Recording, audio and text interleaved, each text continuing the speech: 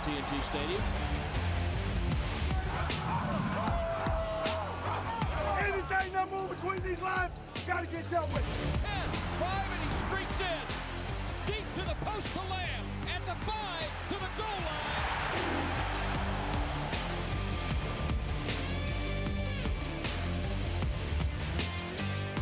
Dallas Cowboys Game Night is presented by AT&T. Connecting changes everything. Prescott loads up. Pickens hand fighting into the end zone. Touchdown!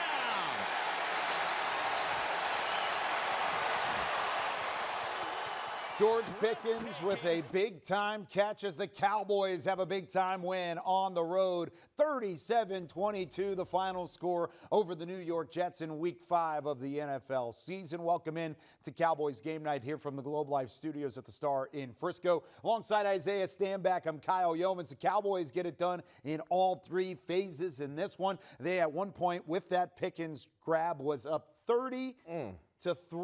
30-3 over the Jets, and they continue to a 37-22 win. What were the big things that stood out to you, Isaiah? Yeah, I have to start with the offense, and I say the offensive line, to me, stood out in a major way. I know it was very concerning going into the ball game, missing 4 of your 5 starters, but they took care of the line of scrimmage, and that allowed for the running game to get going with Javonte Williams. That also allowed for Dak to do Dak things and continue to have great pocket presence and deliver the rock out to all his different receivers. Ryan Flournoy had a showing. Obviously, George Pickens made the big splash play when needed. And then defensively, you were actually able to get pressure.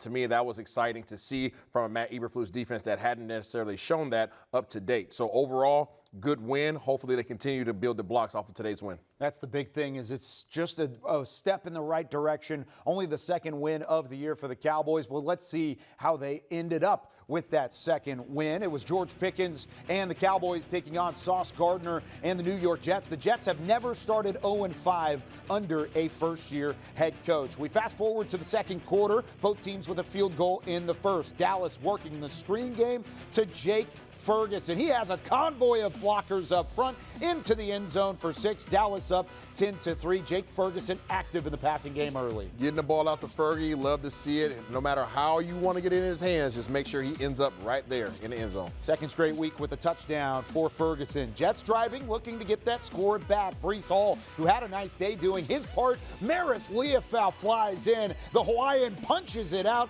gives the ball back to Dallas with 2:18 left in the first half. It's a turnover forced by the Cowboys defense. Dak and the offense looking to take advantage. It wouldn't take them very long. On the free play, Ryan Flournoy, shades of Miles Austin, breaking out in the number 19 at the wide receiver position, reels this one in for 46 yards, and it sets up Javonte Williams from 4 yards out on first and goal. Williams puts Dallas up going into the halftime break, seemingly, but not so fast. The Cowboys defense wasn't done yet. They brought the pressure, taking down Justin Fields. It was James Houston combining with Kenny Clark for the sack. Jets forced to punt. They were just looking to get in the field goal range at this point. They give the carry to Javonte Williams, who breaks free inside the 20, inside the 10. He can't finish the run, but that's okay. There's 19 seconds left on the clock. The Cowboys on the next play from scrimmage find Jake Ferguson again. The Cowboys strike for 13 points in the final 57 seconds, and they would lead it by 20 at the break. Going into the third quarter, the Cowboys looking for that kill shot. Dak Prescott, all sorts of time, allows him to deliver a strike to George Pickens. All that hand fighting against Sauce Gardner, and he points back at his Sauce Gardner counterpart, saying, "I got you this time." George Pickens with the touchdown, his 5th touchdown grab in 5 games as a Dallas Cowboy. And the Cowboys had the cherry on top in the fourth quarter. After trading a couple of scores, they put Javonte Williams back in the end zone. 37-22. Brian Schottenheimer, former Jets offensive coordinator, embracing former Cowboys player Aaron Glenn as the head coach at midfield. Final stats brought to you by Miller Lite. 37-22. the final score from MetLife Stadium. The first win for the Cowboys on the road against the Jets since 2003. When we come back, we're going to go to the film room. Isaiah Stanback will break down what happened in this Cowboys game that allowed them to be so successful in both phases, offense and defense, in Week 5.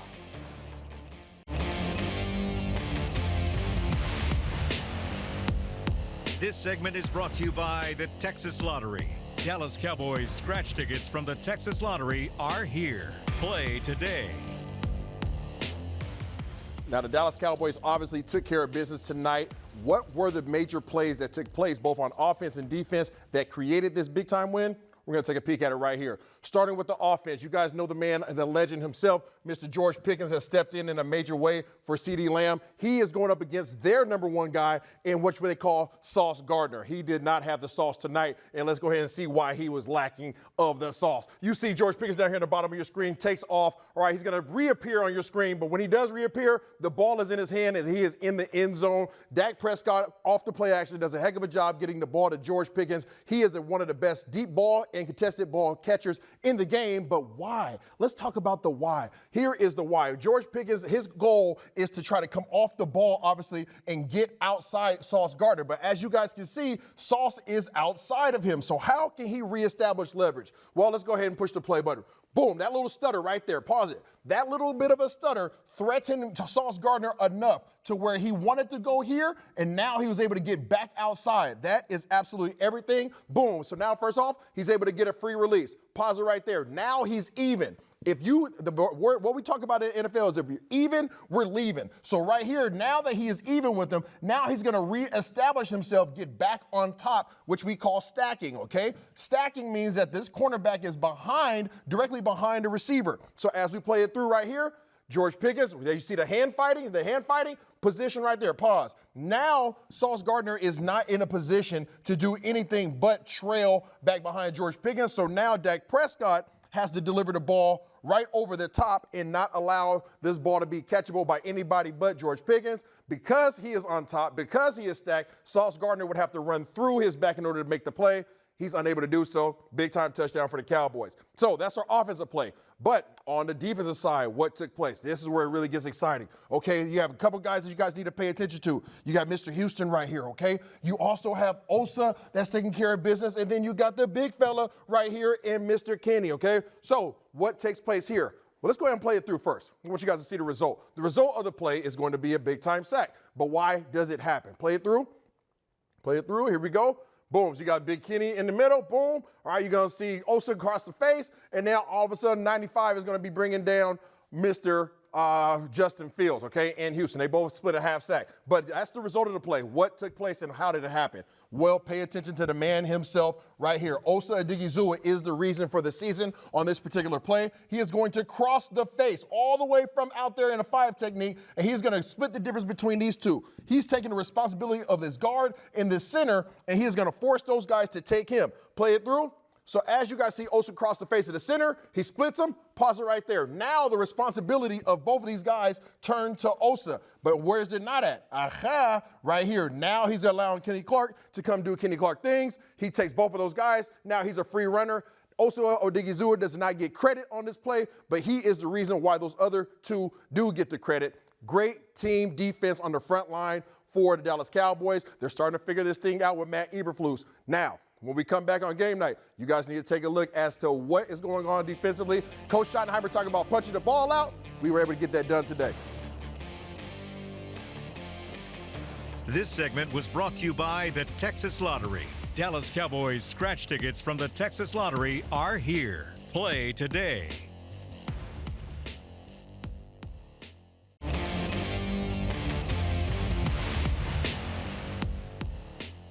I think the biggest thing that I'm, expecting and waiting for is we're doing a great job, Todd, at punching at the ball. We're just not getting the ball out. It's not for lack of attempts. If you watch our film, you see guys very intentional with their eyes and their wrist is below their elbow and they're looking right at it. And there's some good punches. We just haven't gotten it out. Well, that poor luck punching at the football came to an end in Week 5. How about Maris Leofau? That is the peanut punch. How about the Hawaiian punch? What he brings to the table, the Hawaiian native. Maris Leofau with the forced fumble on Breece Hall. This was a game-changing play. The Jets were trying to drive and tie things up late in the second quarter. They were in the red zone. Breece Hall was running the ball pretty much at will, and this play helped force it free. Now, when you talk about the defense as a whole, Isaiah, this is a team that has really struggled throughout the first month of the year at finishing with the pass rush.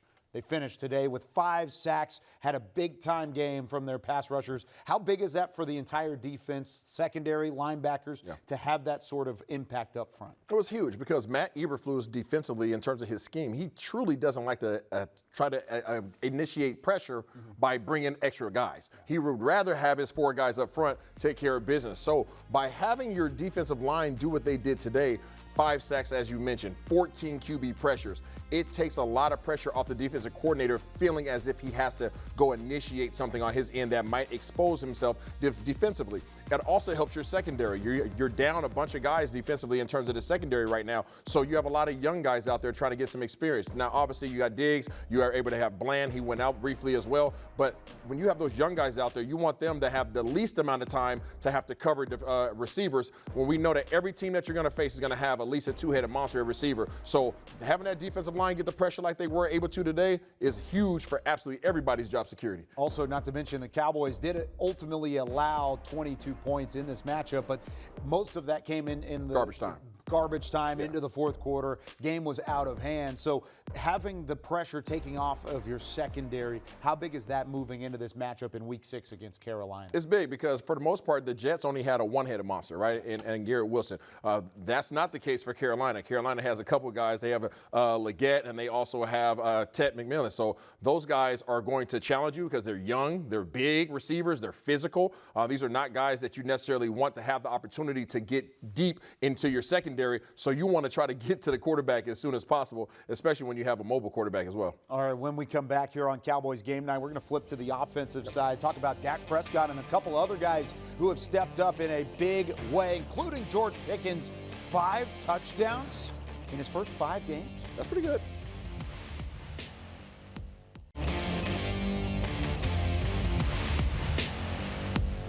Closed captioning is brought to you by the Texas Lottery. Cowboys scratch tickets from the Texas Lottery are here. Play today. The Cowboys take down the Jets in Week 5, 37-22. The Cowboys now 2-2-1. I hate that tie. I don't like the way that I have to say that, but it's the way that we have to say it for the rest of the year. Alongside Isaiah Stanback, I'm Kyle Youmans. Let's talk about the offensive side of the football, Isaiah. Dak Prescott today, 18 of 29 passing, 237 yards, 4 touchdowns, and a 127 passer rating. He continues to play at an MVP caliber level. But Kyle, he only had 62% completion rate today. I mean, honestly. 10 points lower than what it normally Dak. is. I mean, really? Listen, Dak Prescott is playing lights out right now, and that you don't want to say it too much because you don't want it to go away. But the reality is he's feeling comfortable and confident in this Schottenheimer offense. I think they understand each other. These guys are like AY. They are connected at the hip. They truly understand, and he truly understands exactly how to conduct this offense. The offensive line is giving him time. He's not having to worry about being pressured. He's working in the pocket. His footwork's on point. The hamstring looks perfectly fine. His velocity looks good. Accuracy, everything's just hitting. And then you give him a ground game. Dak Prescott is best when he has a ground game, and they have done that at an exponentially high level right now. Obviously, with Williams doing his dirt back behind him. So Dak Prescott, play-action Dak is more effective than even drop-back Dak, and that's even crazy. Oh, and by the way, CeeDee Lamb, did you know he was out? He was out. Okay, yeah. So CeeDee Lamb's out, too, and they're still doing this. Well, let's talk about the way that they had guys step up in the fold. 2 touchdowns from Jake Ferguson. Ryan Flanoy, 100 yards receiving in the first half. Going back to 1978, the Cowboys had never had a 100-yard rusher and a 100-yard receiver in one half of play. The Cowboys did that with Williams and with Flanoy today. What was the impact that he made on the game? He made plays. I mean, you see it right here on the screen. Everything that came his way, he was snagging it out of the air. He wasn't waiting for the opportunities to happen. He was making the big plays. Here he is right here again. Boom, give me that all day long. This dude was attacking the ball. So many young receivers or receivers that step into the fold when the opportunity presents itself really kind of wait for things to kind of fall in their lap. He was going and taking it. And because of that, big number 4 kept going back his way. It's not like these plays were necessarily designed for him. Dak was finding him. Even when he wasn't truly open, he was still giving him opportunities, and that shows a lot in terms of a vote of confidence from QB1 to receiver 5. And when you look at Jake Ferguson and what he's done, 40 receptions in the first 5 games. He's only one of 4 tight ends in NFL history to have that many receptions. And the yardage hasn't necessarily been there, but when you can piece together first down, moving the chains, and then also have the touchdowns in the red zone to play a factor, that's still making an impact. Yeah, for sure. I mean, Dak completed 18 passes, but 7 of them went to Jake. And Jake, I think Jake is averaging like 7 catches a game right now. So regardless of the fact that the yards may not be there, that's not necessarily his job. His job's not to get a bunch of yards. That's what you got CD, and that's what you got George Pickens for. But for Jake, he's there to be a security blanket. He's there to move the chains. He's there to score touchdowns when you get in the red zone, and that's exactly what you saw from him today. And then one final guy that we have to give credit to is Javonte Williams. Signed this offseason from the Denver Broncos, coming off of multiple major injuries. He looks like the rookie Javonte Williams that was really going to take the NFL by storm. He had 8.5 yards per carry today. Yeah, he's been doing it all season long. And shout out again to the offensive line, because I don't care who you have in the backfield. If your O-line doesn't take care of business, they're not going to get anything done in the backfield. But his strong running, you see it right there. There's hardly any plays that you could pull up from these last 5 games where you could say one person brought him down. First contact, he's running right through that. You need more people. And you can see how excited his offensive line and everybody that's involved in the blocking game gets when he has a ball in his hand. Look at the effort that's exerted by absolutely everybody. You see Lipke going out there. You see Hoffman trying to sprint up to the next level. It's all good stuff from that backfield. And is one of these guys Isaiah's dog of the game? When we come back, we wrap up on Cowboys game night, and Isaiah is going to give us our dog of the game as the Cowboys take down the Jets in a battle at MetLife, 37-22 the final. To watch more Dallas Cowboys content on your connected TV, download the Cowboys Now app on Amazon Fire, Roku, and Apple TV.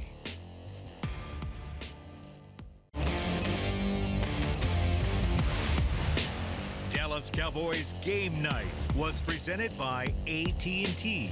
Connecting changes everything. Look at Wilson's way. That wasn't there. He gets swung around again and dropped. Another sack. It's Houston this time. James Houston, the former Lion, on a loss of 10. Yeah, so right on cue, this has been a missing piece of this Dallas defense, and I really like this design. James Houston, he lines up this inside. season. James Houston is your team leader in sacks going into Week 6. Back alongside Isaiah Stanback, I'm Kyle Youmans. The defense gets home for 5 sacks of Justin Fields in a 37-22 win over the New York Jets. I have a feeling, Isaiah, one of those guys in the front 7 is your dog of the game. Isaiah's a former Washington Husky. He knows what dogs are, D-A-W-G. Who's your dog of the game? Well, if I had to pick one dog, Kyle, it's going to be one Mr. James Houston. 1.5 sacks today in a Matt Eberflus defense that needed pressure. He was able to do so, getting Justin Fields, one of the most mobile quarterbacks, down to the ground 1.5 times. Yeah, 1.5 times. He was a pressure machine as well. They needed somebody to step up, and they got it from him. Where do you feel like he can continue? What's his ceiling in 2025? I mean, he doesn't have a ceiling. Right now, he's providing pressure.